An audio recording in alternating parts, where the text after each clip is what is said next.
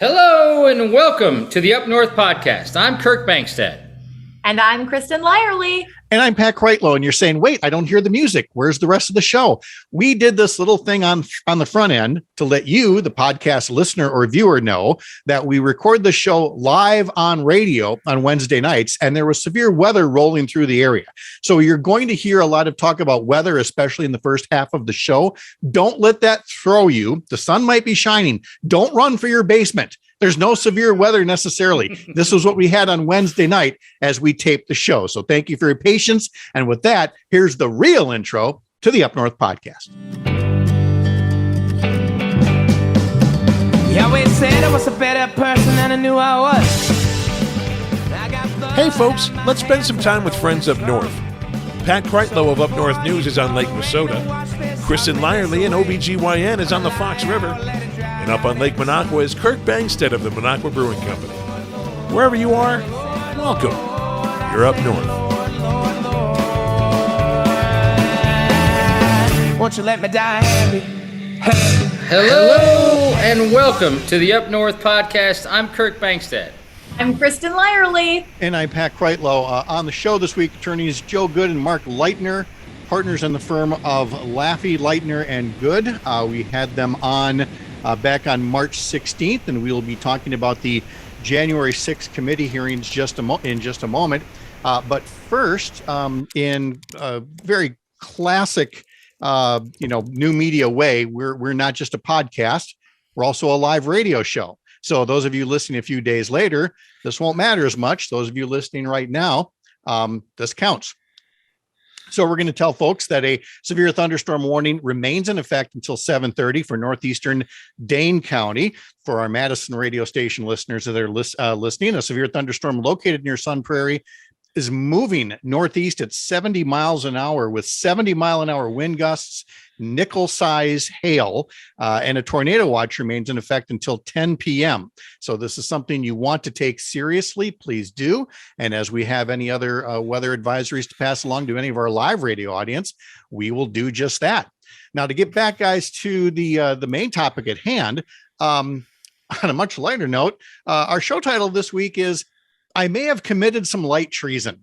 In honor of the Jeffrey Tamberline from Arrested Development. Light treason seems to be in heavy rotation around us, from trying to overturn elections to voting obstacles, from turning courts into partisan political arenas to, a congressman giving tours of stairways and other weird areas that we now have on tape.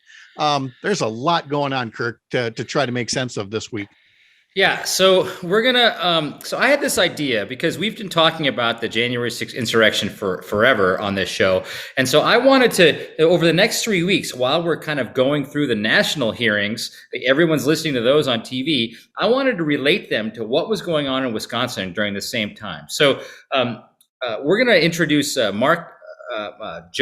Goode and Mark Leitner, who are the lawyers for the lawsuit that we had against Ron Johnson, Tom Tiffany, and Scott Fitzgerald. These guys told the same story that's being told at the national level, but as it related to these politicians and what was going on in Wisconsin. So basically, we're only going to talk about the first two hearings tonight because that's all that we've really seen. But the first hearing was kind of a composite of all the future hearings that we're going to have.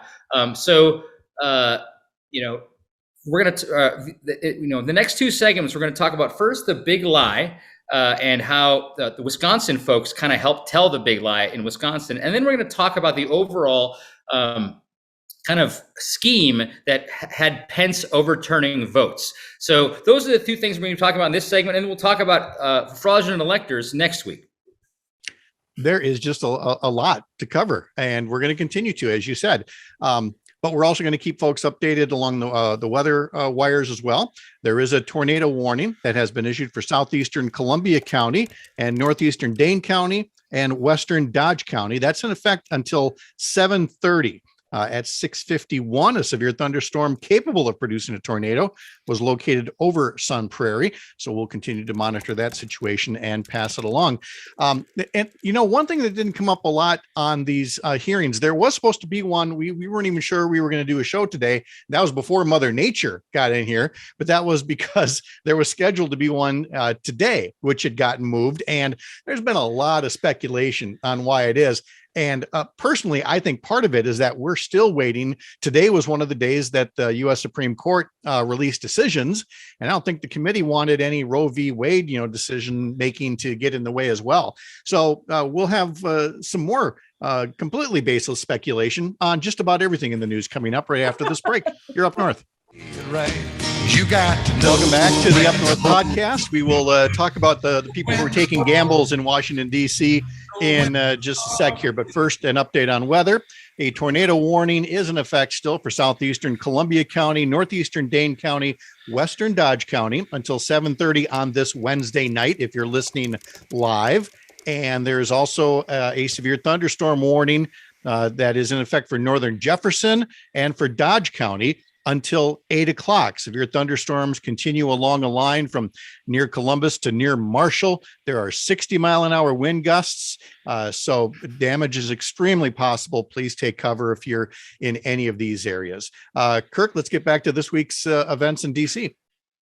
All right. So, the last hearing we had was a few days ago, and it talked all about how Trump, even though, his own attorney general, who was his ally, Bill Barr, told him that all the cases, there was no real fraudulence happening in any of the elections. We had a slate of Republicans that were on his team that testified that they had told him that there was no reason to challenge these elections. We also heard that he kept on challenging these things with his super PAC, which raised a ton of money that went to a lot of his own kind of web of friends. The hearing was about the big lie. And so I wanted to invite, we got Joe Goode and Mark Leitner here from Laffey, Leitner and Goode. And these guys helped me with about 10 plaintiffs in Wisconsin file a lawsuit against Ron Johnson, Tom Tiffany, and Scott Fitzgerald, the three politicians we thought were the most, had made the most egregious, kind of aiding and abetting of the insurrection in Wisconsin. And so I wanted to introduce them. I want to talk a little bit about the basis of our lawsuit to ground us. And then I wanted to go into the Wisconsin version of the big lie that was happening while Trump was trying to sue all over the place and overturn the election. So welcome, Joe, and welcome, Mark. Right. Glad to be here. Glad to be here, Kirk. Good to see you. Great, guys. Kirk, So wait. Before you get into questions, since we're talking about weather and we're about to get into this hearing and all the Trump stuff, I would just like to acknowledge that weather always makes me think of Four Seasons Total Landscaping, which always makes me think of Rudy Giuliani. And I would just like to invite you. I see that PBR. I personally have an Evers Ale from Minocqua Brewing Company that I'm recovering from COVID. I couldn't go buy my Minocqua brew today, so I'm drinking what I got on hand. Oh, hey, drink what you got. But I got all serious. Wait, Kristin, right? So I got all serious because we got this weather stuff happening in Madison. But the whole point of this show, well, not the whole point, but one of the fun things was to talk about Rudy Giuliani was nailed by a lot of his colleagues that said he was, there we go. Every time we say Rudy Giuliani, we got to drink because it's a drinking game.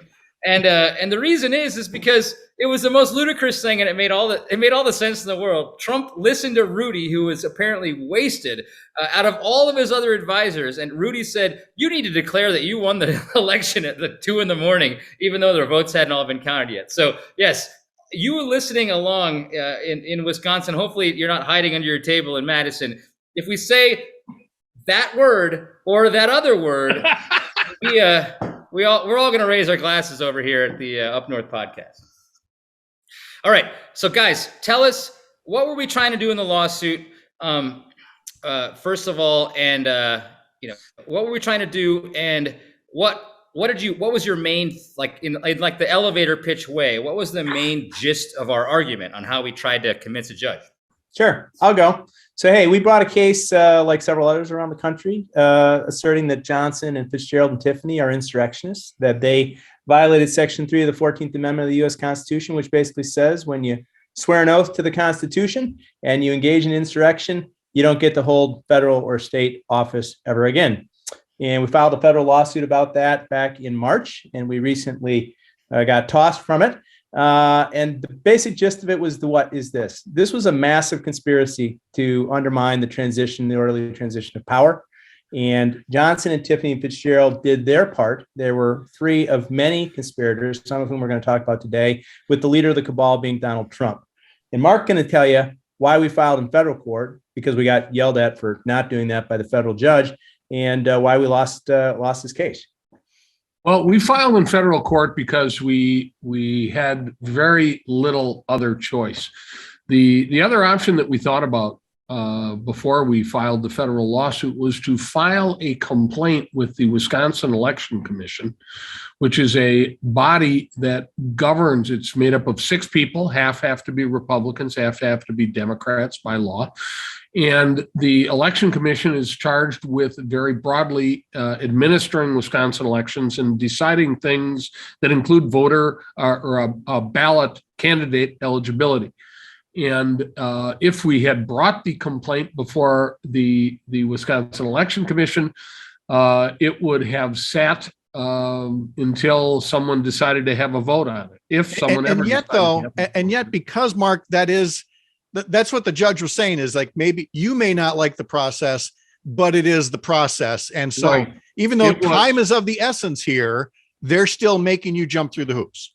Well, that's what they said. The judge's decision was not on the merits. It was not saying these people are not insurrectionists. It was not saying they do have a First Amendment right to come out and lie and conspire to try to subvert the peaceful transfer of power according to the Constitution. The court didn't rule on any of that because it ruled on, I guess, what we would call preliminary technical issues as to who gets to bring the lawsuit and how under state law these challenges can be brought. And, it would be really nice, for example, if we had a setup like Georgia, where people, ordinary citizens, like the ones who challenged Marjorie Taylor Greene, could file an administrative complaint and have it heard. Now, they lost on the merits in part because Marjorie Taylor Greene only held office for 3 days before January 6th, and that was the only time that she was subject to the rules. And the bottom line is that the judge ruled on a number of technicalities as to why we went to the right church, but the wrong pew, as it were. So now that the case has been dismissed, which is just so fundamentally disappointing, what does that mean for voters in Wisconsin? It's back to the political process. It's organize. It's call your neighbors. It's get out there and vote and run for office, run for school board, run for city council, run for anything that's important enough for you to care about. But organize. Yeah, but Mark, that's the positive way to say it. The negative way of saying it is that Wisconsin really doesn't have a process to hold insurrectionists accountable at the state level. We do not. We do not. Because it's a flawed process, and Wisconsin can't do it. We tried to get a federal judge to help us. He refused because he said it's not a federal thing; it's a state thing, and Wisconsin is broken in that way. WEC is clearly inadequate. It was WEC is created to be powerless. Right. I think it's important. Part of the story is just that. In the last 15 years, the state of Wisconsin has essentially emasculated the Wisconsin Elections Commission, making it a body that really can't do much with these kinds of issues. And that was the struggle we had when we went into federal court. Right. It really would have been much different if we still had the Government Accountability Board, which was actually doing a much better job. Kristin, you've got a follow-up. I'm just going to give a quick update for folks listening live on the radio that We still have a tornado warning in effect for southeastern Columbia, northeastern Dane, western Dodge County until 7:30. A severe thunderstorm warning until 7:30 as well. And I should also note that for Dane County, a flood advisory is in effect until 10:15 for urban and small stream flooding, and that could include a whole past level locations in Dunn County. Basically, if you're in an area that can be impacted by minor flooding in low-lying urban areas or places with poor drainage, just use all precautions and don't let anything bad happen, such as what happened in the Milwaukee area not that long ago. Kristin, let's get back on track here with our discussion on how do we get justice in such a broken system? Yeah, I'm deferring to Kirk because I can see him and he's winding up. So Kirk, yeah. Boom. All right. So let's get back to this big lie. What we heard of the hearing was that Trump, his own campaign manager told him that he lost the race. His own lawyers in the White House told the other lawyers hatching plans to overturn the election that they needed to get a good defense lawyer. So we heard that all at the national level. Mark and Joe, what was happening at the same time throughout when Biden was elected, November 3rd or whatever, until January 6th, they were suing, they were lying at the national level. What was happening in Wisconsin with our plaintiffs and anything else? Well, I mean, I think it goes without saying that when you're part of a conspiracy, you row in the same direction, right? So what was happening in Wisconsin, particularly with our three defendants, Johnson, Tiffany, and Fitzgerald, was they were performing their part, right? They were fomenting the distrust, undermining the actual idea that the Wisconsin election was full and fair and that there weren't issues. Even though, as we now know from these January 6 hearings, Trump was being told this, frankly, leading up to the election and certainly on the election day and after, that there really were no issues. He nevertheless persisted in filing 60 plus lawsuits around the United States, a number of which, and Mark's going to talk about one of them in Wisconsin. There were actually a couple different Trump lawsuits, and he kept getting spanked because there was no voter fraud, but they kept saying it over and over and over again to foment that distrust and basically put political pressure on the vice president, who ultimately was going to have to decide what to do. Okay, wait, I got one question for you, Mark. Were any of these suits filed by Rudy Giuliani? Rudy did not file. Giuliani? Not in Wisconsin. Not in Wisconsin, but in Pennsylvania, Rudy Giuliani. Oh, Rudy Giuliani. Oh, no. Rudy Giuliani gave a he doesn't even drink. I don't know what he's drinking. Water. Rudy Giuliani made an oral argument where he said it's the strong burden of proof that we have on this challenge under the Constitution, which doesn't exist, but Rudy was probably drunk at the time. So anyway, yes, there were quite a few suits. Trump himself filed a recount in the counties where there are a lot of African-American voters. He lost in the trial court there, lost in the Wisconsin Supreme Court. He had some of his associates and people who were one of the phony Trump electors filed a suit in federal court that was thrown out by Judge Pam Pepper here in Milwaukee for no standing. And then he filed another suit. His own campaign filed a suit here in Milwaukee in front of a federal court. That one was assigned. It's just a random, somebody reaches in, they pull out a judge's name, and that's who gets it. Well, this case went to U.S. District Judge Brett Ludwig, who had been appointed by none other than President Trump shortly before that. And at the first, and Joe and I were involved. We were involved. Hold on, Mark. Let me ask, what about, or Joe, what about that guy, Mark Becker? What happened with him in the Johnson thing? Sure. A funny thing's going on the way to the forum, right? So Johnson and Fitzgerald and Tiffany are doing their part. Trump's doing his thing. And they, this was all pre-programmed. They had a meeting, Kirk, back in August of 20. Cleta Mitchell, who was a lawyer at Milwaukee's very own Foley and Lardner, was the chairwoman of this committee, which included the infamous John Eastman, who I think we're going to talk about a little bit later in the show. And they basically had a plan for all these suits. And while that was running its track, Johnson and Tiffany and Fitzgerald were doing their thing, the fomenting that we were talking about before. And we know, because we've talked to them, but we also make allegations about it in the complaint, that Mark Becker, the former Republican chair of the Brown County Republican Party, got a call from Mr. Johnson, Senator Johnson, on November 14th, 7 days after Biden is declared the winner of the election, and basically admits that he's spewing trash and lies. He knows that Biden won the election. He says that, but he says, I'll lose. It's suicide. It's political suicide if I say anything different. So that's what's going on the political front. And then we got all these lawsuits going that Mark's been talking about. What happened with Tiffany? What was remind us about Texas? Remind us about right before the insurrection. What was Fitzgerald and Tiffany doing? Well, everybody, go ahead, Mark. Fitzgerald, for his part, got together with the security because remember, he's still a state senator at this point. Wait. Was Rudy Giuliani part of this? Rudy had nothing to do with it. Who's parched? But Fitzgerald got together with security at the because one thing, if you look at these issues, the electors for Wisconsin have to meet at the state capitol on a certain day. Well, we told you that Trump lost the recount, lost that suit in the trial court, lost in the Wisconsin Supreme Court about 2 or 3 hours after Trump lost. 0% chance. He's gone to the last court he can go to in Wisconsin. And Fitzgerald brings the fake electors into the state capitol surreptitiously and has them meet there to cast their signed pieces of paper, phony, false sworn affidavits that they were the electors for Wisconsin and they were going to vote for Donald Trump. So that's what Fitzgerald was doing. And Tiffany, your buddy up in your parts of the woods, was basically signing on to a lawsuit that went to the United States Supreme Court to have every single vote, Trump votes, Biden votes, and every other vote in between. Apparently his own vote, out. You know, there are so many threads here. We need one of those murder investigation boards. So anyway, hey, the tornado warning is going to be allowed to expire at 7:30. As was planned, the severe thunderstorm warning will continue for central and southern Dodge until 8 o'clock.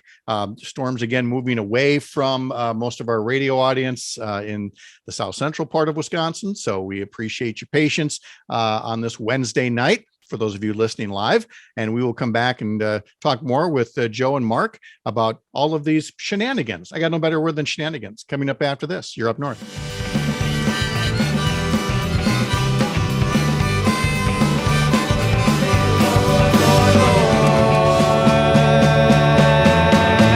You let me die.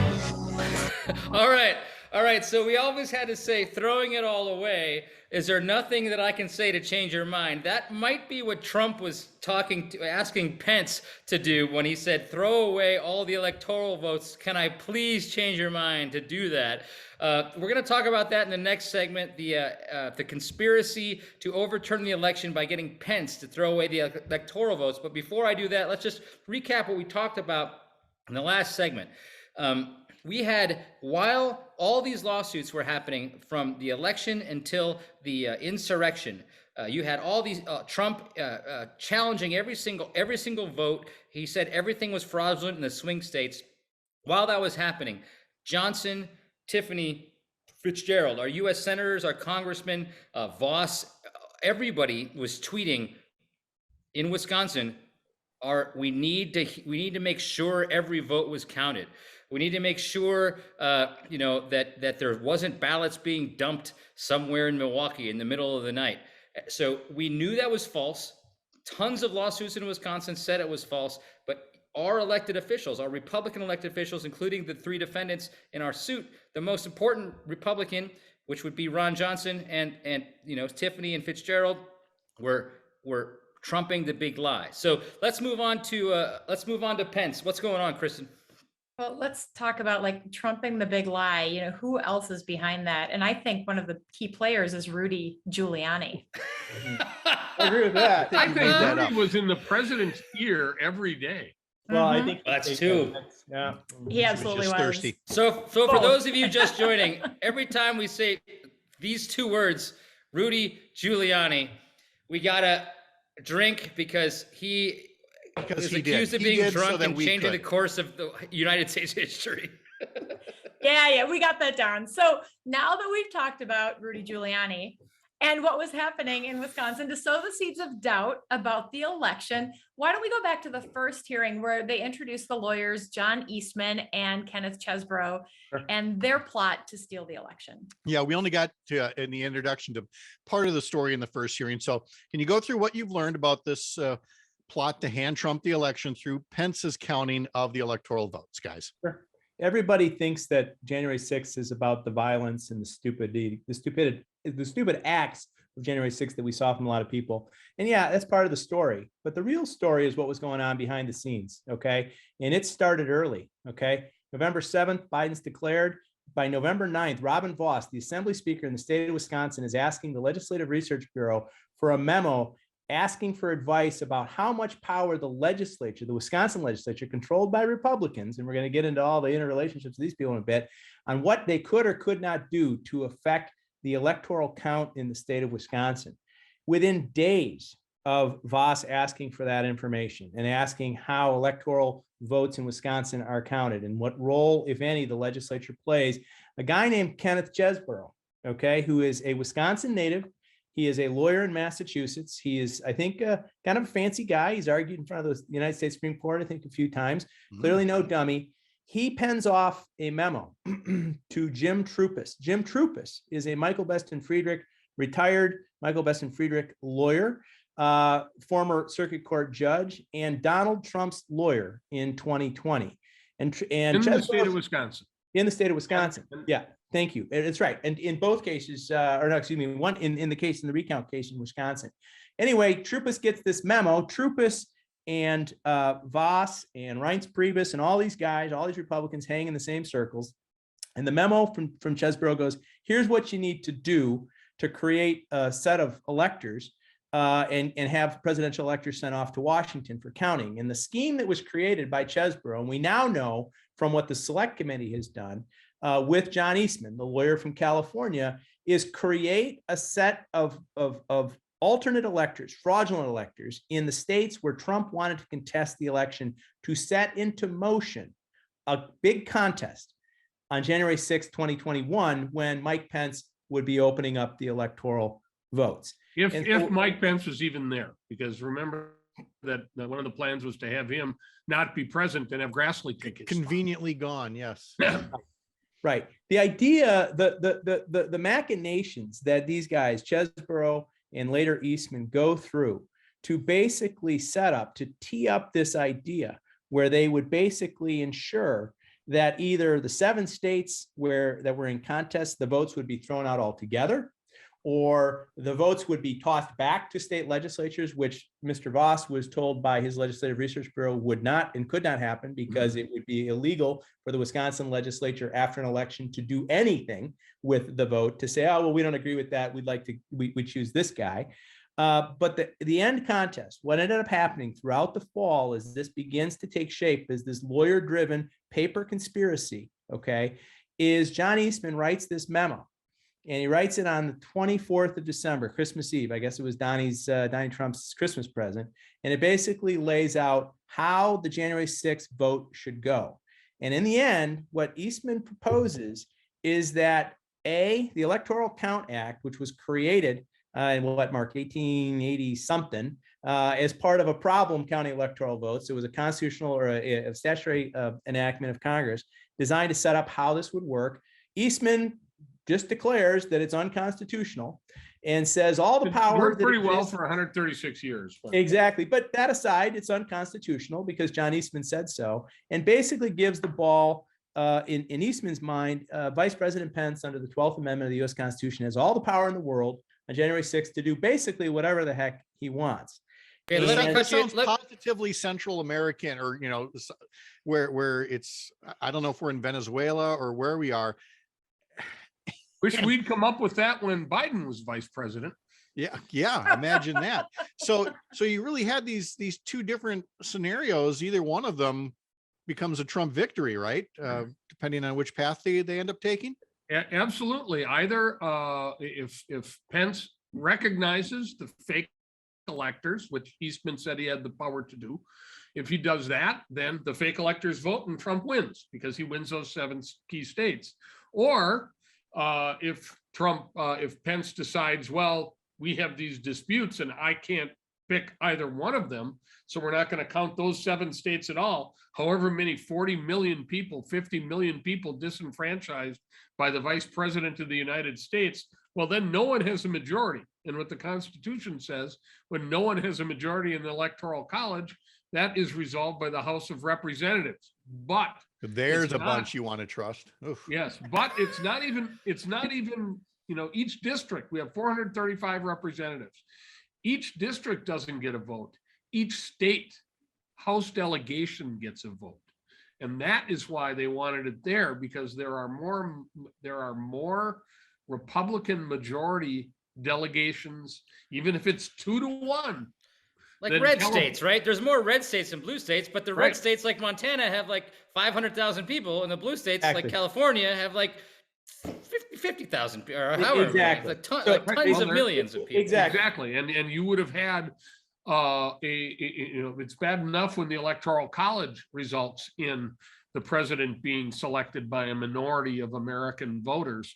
What you'd have if you had these states each voting once, you would have an even more lopsided minority of people choosing the president, had that path gone down. It's downright devious what Eastman and Chesbrough came up with. I mean, it is really quite devious. And that's why we heard in the hearing 2 days ago, that one dude, who was that one dude who's told Eastman, he's hung up on him, and he said, you need to hire a really good criminal defense attorney, because what you just did. Can I give you some advice? One of Donald Trump's own, one of the original election lawyers who quit, along with the other election lawyers who refused to put in bogus, fraudulent legal theories in all these election challenges. You said 2 scenarios. So let me back up and recap what we said. This was a scheme to have Pence take the election into his own hands on January 6th. He was either going to accept the fake fraudulent electors, some of which came from Wisconsin, in a darkened, opened up key room by Fitzgerald. Yep. Either accept them and hand the election to Trump, or reject all of them so that the election would go to the House of Representatives, in which the red states would overturn the blue states and Trump would win. What's the third way? There's a third way that this was going to go down. Well, there was also talk of sending it back to the state legislatures, literally like putting a hold on the electoral count and say, well, let's send it back. But remember, the problem with that, and I'm sure we don't know, because we're never going to know, because our case was dismissed, so we couldn't get into discovery. But you got to think that all these guys are talking behind the scenes. And remember what I said at the beginning of this segment about Robin Voss getting an opinion from his own lawyers at the legislature saying, you have no power, Wisconsin legislature at least, to take any action post-election. Okay. Once you set up the rules, you got to follow those rules. You got to follow the rules that you set up. Now, we don't know what happened in other states, but my guess, Kirk, is that they realized that wasn't going to fly. Like even that was something they couldn't figure out a way to justify. But what's amazing to me about this story, and it wasn't Rudy Giuliani. Oh, snap. It was that Vice President Mike Pence literally saved democracy, at least in 2021. Hold on. It wasn't just Mike Pence, because you stole my thunder here. So get your glass ready. It's that he talked to Dan Quayle, who said all of this is wrong. You can't do this. And Dan Quayle used to be like a nobody. Do you know who we used to hold in higher esteem than Dan Quayle? Rudy Giuliani. Yeah. Kristin. Okay. Yes. But so all of these incestuous connections that you guys have alluded to and explained a little bit, can you tell us more about these Wisconsin connections between Eastman, Chesbrough, Troupis, Reince Priebus, Robin Voss, Cleta Mitchell?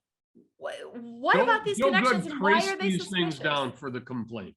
Okay, so let me see if I can take you guys through it a little bit. One of the things, though, and we talked a lot about this the first time we were on, right? When the case had first been filed, and Kirk had this great analogy about how a bank heist works. And, you got a getaway driver and you got somebody who does the stick up and you got somebody in the safe house and all that kind of stuff. And that's basically how a conspiracy works. And one of the things, and think about this just from a common sense perspective, okay?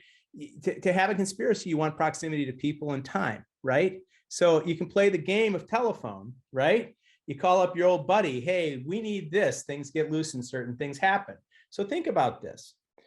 Robin Vos, the assembly speaker in Wisconsin, was college roommates with Reince Priebus, the former chief of staff to Donald Trump, who was unceremoniously tossed out on his ear, remember, in the first year of Trump's administration, probably because he was too square and his name was Reince. Okay.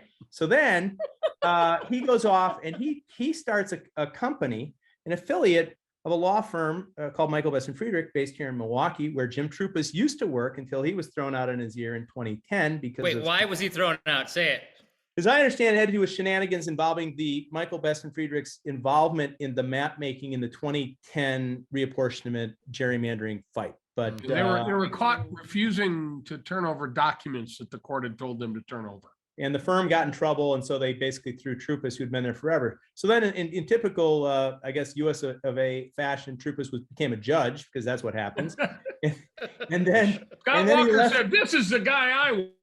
And then he went into private practice, and of course became Donald Trump's lawyer. But so you got Trupis at Michael Best, you got Reince Priebus, a former Michael Best partner who now runs a lobbying group called Michael Best Strategies in Washington. Again, all ears to the president. Then you've got Trupis and Chesbrough, who we talked about a few minutes ago, who have co-counseled, various pieces of election litigation around the United States. So they have a relationship, and Eastman is in that mix too. Okay. So they all know each other professionally and some personally. I mean, Reince and Vos were like this. And there's a whole article, I think it was in the Times, about this, how Wisconsin was this power center when Trump came to power, because you had Paul Ryan as the Speaker of the House, right? And you got Reince Priebus as the chief of staff to the president of the United States. And you got Robin Vos, who is single-handedly with Scott Walker, bulldozed Wisconsin progressive politics and basically destroyed our state in a single swoop. And they all know each other. And Cleta Mitchell is part of Foley and Larner, which is a international Cleta Mitchell was she was on the Trump committee to figure out what to do when he lost. I need 11,000 votes. In August of yeah, go ahead, Mark. She was on the call with Raffensperger and was urging Trump on, telling him he was right, telling him to keep going, when he told Raffensperger, look, get me 11,000 votes. I don't care how you do it. That's what I need to win. Which again, that in and of itself, you would think would be enough that people would hear that. But there's a lot of things where we thought people would hear it, or they'd see, the hair dye running down the face of Rudy Giuliani. You thought these things would disqualify them, and it did not. More to come. Unfortunately, all these people should have a reunion at some point in Wisconsin, or maybe Fort Leavenworth would be better. Yes. Joe, send them to Oxford. Joe, Mark, you've been amazing, and thank you for being so patient. We're even costing you another minute's worth of time for one more weather alert, but I'm sure we will have some more conversations, and we'll have to come up with a new name, because otherwise I can't finish this show if we keep doing drinking games with Giuliani alone. Thank you guys. Appreciate it very much. All right. One more weather note to pass along, and that's a severe thunderstorm warning that includes Fort Atkinson, Jefferson, and Lake Mills. And that lasts until 8:30 on this Wednesday night. If you're listening live, with winds up to 60 miles an hour and quarter-size hail possible. So please, again, take care. Meanwhile, those of us up here on Lake Wissota, where the sun is shining again after a very stormy afternoon, we will take a break and get set to wrap up the show in just a moment. You're up north. Thank you, as always, to our radio hosts, Devil Radio 92.7, The Shaw 101.1 FM, and WAUK 540 AM. You can use their Devil Radio app to catch the show anytime, like I do. Get the podcast version of the show from all the usual places, or the show's website, upnorthpodcast.com. And we also put the video version up on the Facebook page of Kirk's Minocqua Brewing Company, where we just established I will be receiving free beer, and on YouTube. Wow. And you can find Pat But Rudy Giuliani will not get free beer. Oh, there we go. Hey, Pat, you better say this part. Find my daily work over at Up North News, WI.com, where we, amongst the stories today, was again Wednesday night for those folks listening via podcast, the Senate giving final approval to a bill Tammy Baldwin worked on to help our veterans in Iraq and Afghanistan who have respiratory illnesses because they were exposed to burn pits. Who voted against the bill? Ron Johnson and every Republican member of the House delegation. And I wish we'd had more time for this, but Chief Inspector Michael Gableman, who's supposed to be investigating the elections. Inspector Clouseau. He got put through a salad shooter by Judge Frank Remington today, who called him a misogynist, disruptive, referred to what he did as a circus. I mean, it just goes on and on. So go to Up North News, either on social or upnorthnewswi.com, and read more of Judge or former Justice Michael Gableman's terrible, horrible, no good, very bad day. And it couldn't have happened to a more deserving soul. You've heard that the guys are still here. We just decided that they lost so much time with weather that Joe and Mark got to hang around so that Kirk can ask them, 1.5 more questions in the time we have left. So we're ending because these guys are probably going to be on next week as well. But even though Pat, sidetracked us with the Gableman Circus, remember I was able to play my most favorite song, "Leave the Door Open" by Silk Sonic, because next week, and this is a promo for next week, we're going to talk about how Scott Fitzgerald left the door open for fraudulent electors to come into the Wisconsin Capitol building. The reason we didn't talk about that tonight is because it deserves a show of its own. There is so many twists and turns in the fraudulent elector bit that has to deal with Wisconsin that we couldn't fit it all into this week's show. So that's what we're going to do next week. I got a feeling these guys are going to be talking about it because we talked all about it in the lawsuit. So not the least of which is that. Oh, never mind. I'm just impressed with an Anderson Paak reference. I mean, that's pretty cool. Oh, way to go. Mark Leitner comes in big with the hip. I was going to say, not the least of which that the state capitol was supposed to be closed due to COVID restrictions at the time, but yet somehow Fitzgerald found a way around that.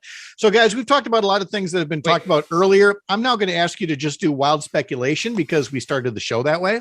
And so we're going to wrap up that way in the minute and a half we have left here.